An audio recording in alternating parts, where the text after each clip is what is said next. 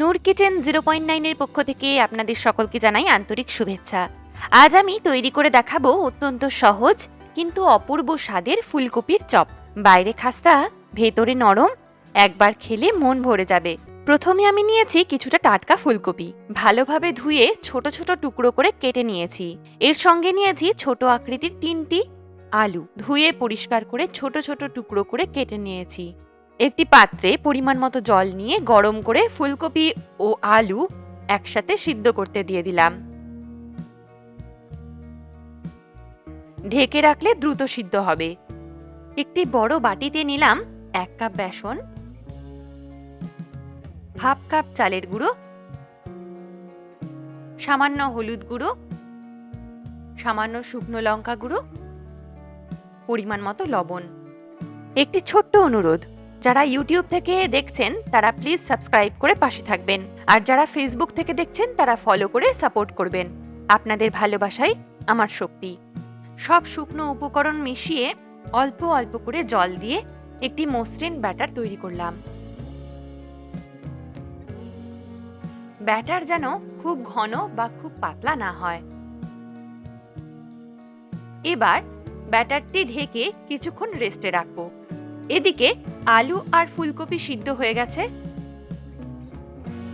জল ঝরিয়ে ঠান্ডা হতে দিলাম। চুলায় কড়াই বসিয়ে দিলাম 2 টেবিল চামচ সরিষার তেল দিয়ে। তেল গরম হলে যোগ করলাম অল্প আদা কুচি, রসুন কুচি, 2টো পেঁয়াজ কুচি। পেঁয়াজ নরম হলে যোগ করলাম একটা টমেটো কুচি আর আধা চা চামচ হলুদ, আধা চা চামচ ধনে, আধা চা চামচ জিরা, আধা চা চামচ শুকনো লঙ্কা আর স্বাদ মতো লবণ দিলাম। এই পর্যায়ে কোনো জল দেওয়া হবে না। মশলাটি ভালোভাবে ভাজলে দারুণ সুগন্ধ বের হবে। এখন কড়াইতে সিদ্ধ ফুলকপি আলুর মিশ্রণ যোগ করে আমি এখানে দিয়েছি সামান্য বাদাম গুঁড়ো, সামান্য ধনেপাতা কুচি, অল্প ম্যাগি মশলা।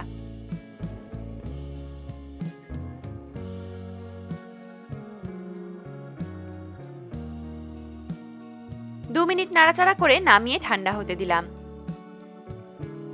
মিশ্রণ ঠান্ডা হলে হাতে নিয়ে চ্যাপ্টা গোল আকৃতি বানিয়ে নিলাম। একটি থালায় অল্প ময়দা ছড়িয়ে রাখলে চপগুলো লেগে যাবে না। ব্যাটারে এবার 1 চিমটে বেকিং সোডা যোগ করলাম। আঙুলে ডুবিয়ে দেখলাম কোটিং একদম পারফেক্ট। কড়াইতে সর্ষের তেল গরম হলে চপগুলো ব্যাটারে ডুবিয়ে ধীরে ধীরে তেলে ছেড়ে দেব।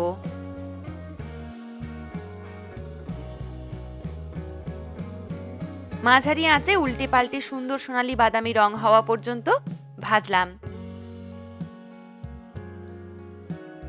ভাজা হয়ে গেলে তুলে নিলাম।